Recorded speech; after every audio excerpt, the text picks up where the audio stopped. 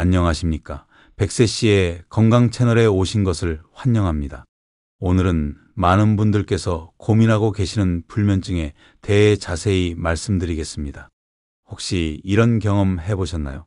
젊었을 때는 머리만 베개에 대면 금세 꿈나라로 빠져들었는데 어느 순간부터 밤이 되면 잠이 오지 않습니다. 침대에 누워 천장만 바라보며 시계 바늘 소리만 들리죠. 새벽 2시, 3시가 되어도 눈은 말똥말똥합니다. 겨우 잠이 들었다 싶으면 화장실 때문에 깨고 다시 잠들려 해도 머릿속이 복잡해집니다. 아침이 되면 온몸이 무겁고 개운하지 않습니다. 낮에는 졸음이 쏟아져서 소파에 앉기만 해도 깜빡 잠이 듭니다. 그러면 또 밤에 잠이 안 와서 악순환이 반복되죠. 가족들은 나이 들면 다 그래라고 말하지만 정작 본인은 너무 힘듭니다. 잠을 제대로 못 자니 기분도 우울해지고 작은 일에도 짜증이 나고 건강도 걱정됩니다. 여러분이 느끼시는 이 답답함과 고통, 저도 충분히 이해합니다. 전국의 수많은 분들이 똑같은 고민을 하고 계시거든요. 하지만 걱정하지 마세요. 불면증은 나이가 들어서 어쩔 수 없이 감수해야 하는 것이 아닙니다. 올바른 방법을 알고 꾸준히 실천하시면 분명히 개선할 수 있습니다. 오늘 이 시간을 통해 여러분의 숙면을 되찾는 확실한 방법들을 알려드리겠습니다. 먼저 본인의 수면 상태를 정확히 파악해 보겠습니다. 제가 말씀드리는 항목들을 들으시면서 해당되는 것들을 마음속으로 체크해 보세요. 첫 번째, 잠자리에 누워서 잠들기까지 30분 이상 걸리십니까? 두 번째, 밤중에 3번 이상 깨십니까? 특히 화장실 때문에 자주 일어나시나요? 세 번째, 새벽 4시나 5시에 깨서 다시 잠들지 못하십니까? 네 번째, 아침에 일어났을 때 잔 것 같지 않고 피곤하십니까? 다섯 번째, 낮에 심한 졸음이나 피로감을 느끼십니까? 여섯 번째, 집중력이 떨어지거나 기억력에 문제를 느끼십니까? 일곱 번째, 작은 일에도 짜증이 나거나 우울한 기분이 드십니까? 여덟 번째, 이런 증상들이 일주일에 3번 이상 한 달 넘게 지속되고 있습니까? 8개 항목 중 5개 이상 해당되신다면 불면증일 가능성이 매우 높습니다. 3개에서 4개 정도 해당되신다면 수면의 질이 떨어져 있는 상태입니다. 하지만 너무 걱정하지 마세요. 불면증은 충분히 해결할 수 있는 문제입니다. 정확한 진단을 위해서는 일주일 정도 수면일기를 써보시기 바랍니다. 매일 잠자리에 든 시간, 실제 잠든 시간, 밤중에 깬 횟수, 기상시간, 낮잠 시간 등을 기록해 보세요. 이런 기록들은 나중에 전문의와 상담할 때도 매우 유용한 자료가 됩니다. 이제 분들에게 불면증이 왜 생기는지 자세히 알아보겠습니다. 원인을 정확히 알아야 올바른 해결책을 찾을 수 있거든요. 생리적 변화. 첫째, 멜라토닌 분비가 감소합니다. 멜라토닌은 우리 뇌에서 분비되는 수면 호르몬인데 나이가 들수록 분비량이 현저히 줄어듭니다. 젊었을 때는 해가 지면 자연스럽게 멜라토닌이 분비되어 졸음이 왔는데 나이가 들면 이 기능이 약해지는 거죠. 둘째, 수면 구조가 변화합니다. 깊은 잠인 3단계, 4단계 수면이 크게 줄어들고 얕은 1단계, 2단계 수면이 늘어납니다. 그래서 작은 소음에도 쉽게 깨고 깊이 잔 느낌이 들지 않는 겁니다. 셋째, 생체 리듬이 앞당겨집니다.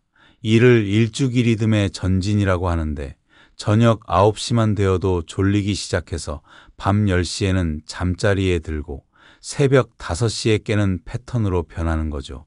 질병 관련 요인, 관절염, 당뇨병, 고혈압, 심장질환 등 만성질환들이 수면을 방해합니다. 특히 관절염으로 인한 통증은 밤잠을 설치게 하는 주요 원인입니다. 수면무호흡증도 분들에게 흔한 문제입니다. 목과 기도 주변 근육이 약해지면서 잠들 때 기도가 막혀 호흡이 일시적으로 정지하는 현상이죠. 이로 인해 밤새 자주 깨게 됩니다. 하지 불안증후군도 있습니다. 다리에 벌레가 기어가는 듯한 불편한 감각 때문에 다리를 계속 움직이고 싶어지는 증상으로 특히 잠들 때 심해집니다. 약물 부작용. 나이 들면 여러 가지 약물을 복용하는 경우가 많은데 일부 약물들이 수면을 방해할 수 있습니다. 고혈압약 중 이뇨제 성분이 들어간 것들은 밤에 소변을 자주 보게 만들고 일부 항우울제나 스테로이드 약물도 불면증을 유발할 수 있습니다. 심리적 요인, 은퇴, 배우자나 친구의 죽음, 건강 악화에 대한 걱정, 경제적 불안 등 다양한 스트레스가 불면증의 원인이 됩니다. 특히 잠을 못 잘까봐 걱정하는 것 자체가 불면증을 악화시키는 악순환을 만들기도 합니다. 환경적 요인. 나이가 들수록 소음에 민감해지고 조명 변화에도 쉽게 잠이 깹니다. 또한 낮 활동량이 줄어들면서 충분한 피로감을 느끼지 못해 잠이 오지 않기도 합니다. 이러한 다양한 원인들이 복합적으로 작용하여 불면증이 발생합니다. 하지만 원인을 알았으니 이제 해결책도 찾을 수 있습니다. 실제 사례를 통해 불면증이 어떻게 해결될 수 있는지 보여드리겠습니다. 김 어르신 사례 만 72세. 부산에 계시는 김 어르신은 3년 동안 심한 불면증으로 고생하셨습니다. 매일 밤 11시에 잠자리에 들지만 새벽 2시에서 3시까지 잠들지 못하고 겨우 잠이 들어도 새벽 5시면 깨서 다시 잠들지 못했습니다. 낮에는 너무 피곤해서 의자에만 앉으면 졸고 그러다 보니 밤에 또 잠이 안 오는 악순환이 반복되었죠. 병원에서 수면제를 처방받아 복용했지만 의존성이 걱정되어 계속 먹기도 부담스러웠습니다.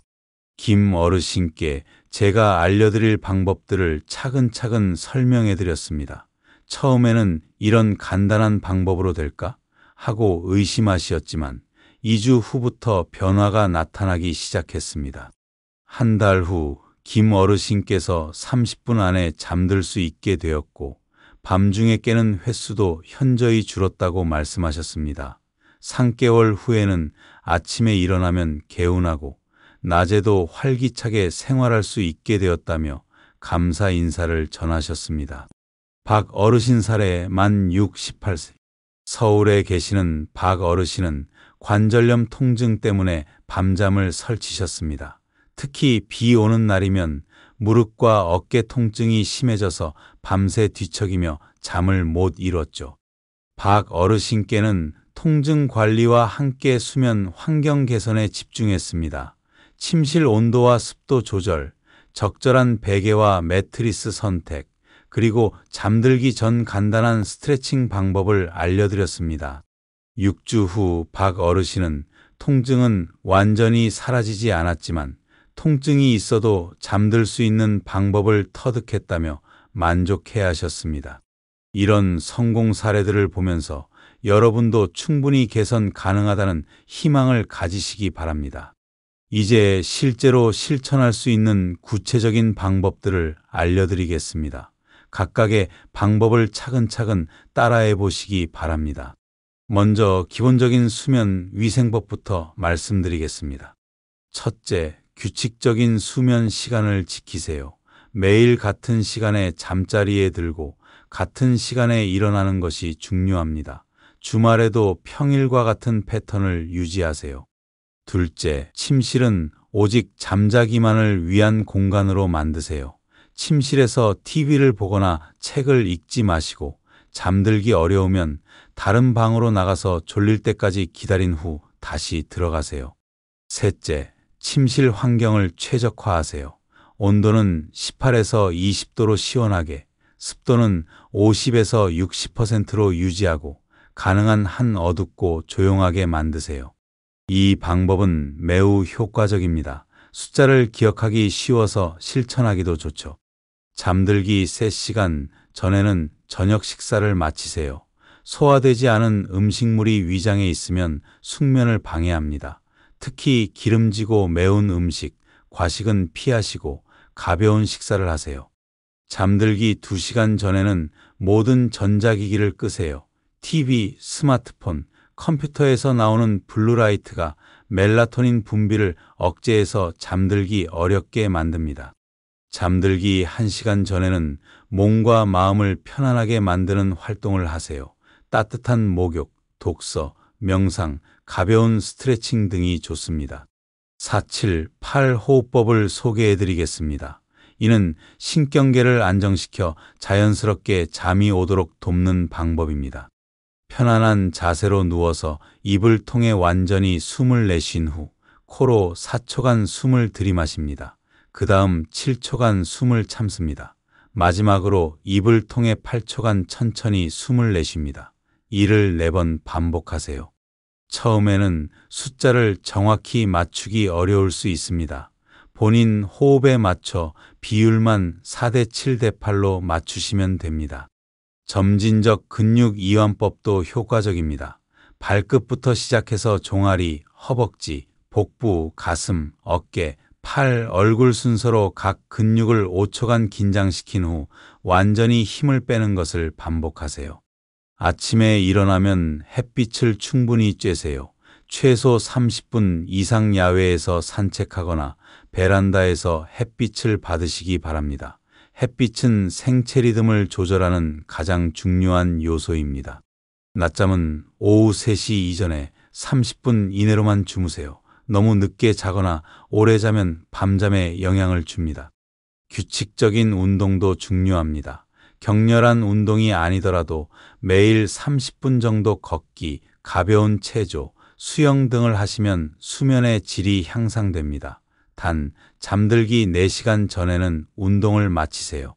카페인은 오후 2시 이후에는 섭취하지 마세요. 커피뿐만 아니라 녹차, 홍차, 초콜릿, 콜라에도 카페인이 들어있습니다.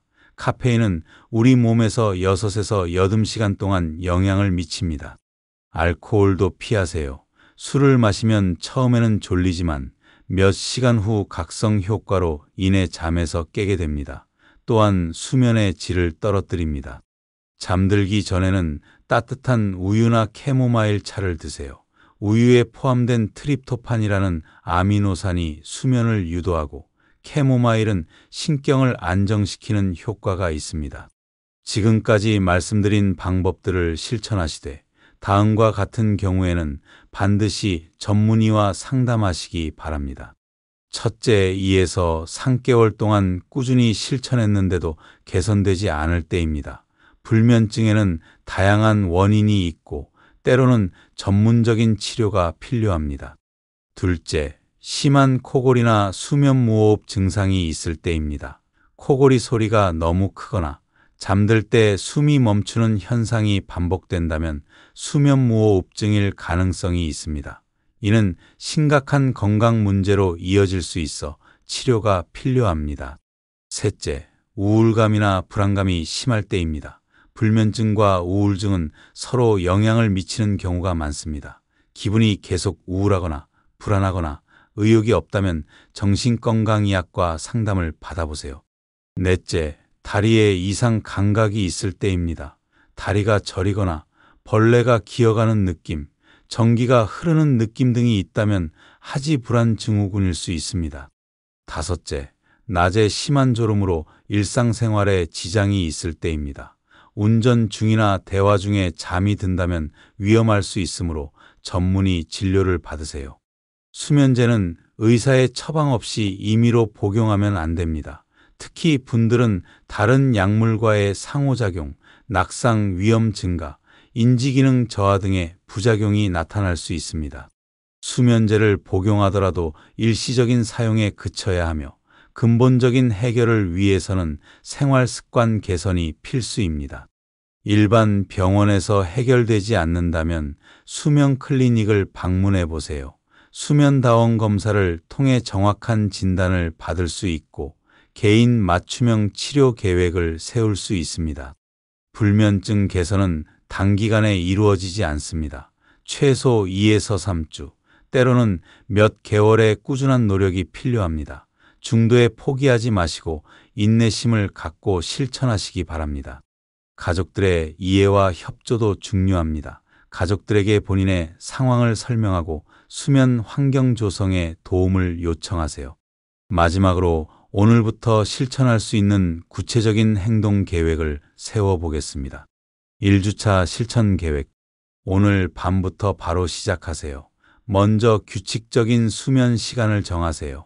예를 들어 매일 밤 10시 30분에 잠자리에 들고 아침 6시 30분에 일어나는 것으로 정하면 앞으로 매일 이 시간을 지키세요.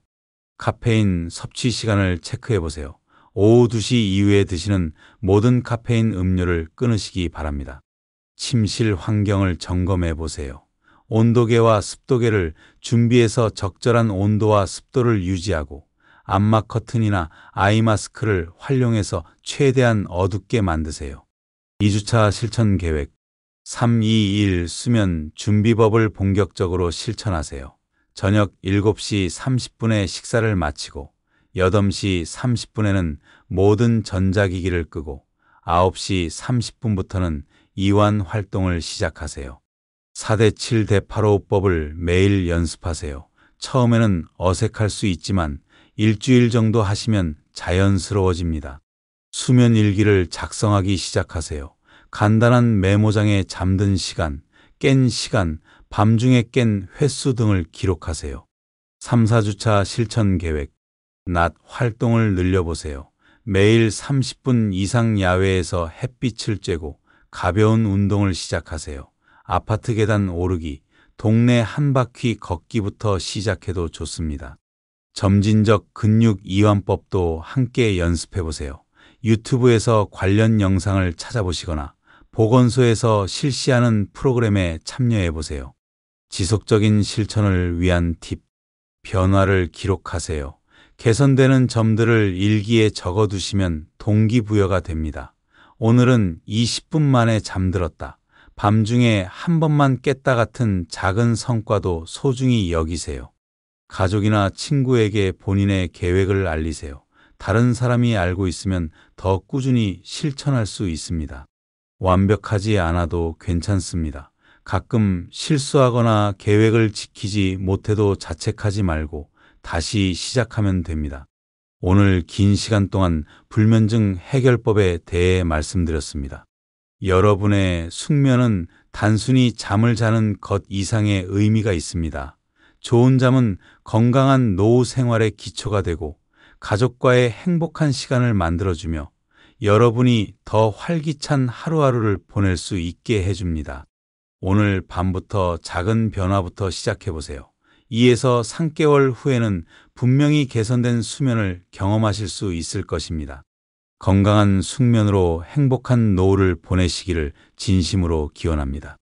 여러분의 건강한 100세 인생을 응원하며 100세 씨의 건강일기가 작은 도움이 되었으면 좋겠습니다.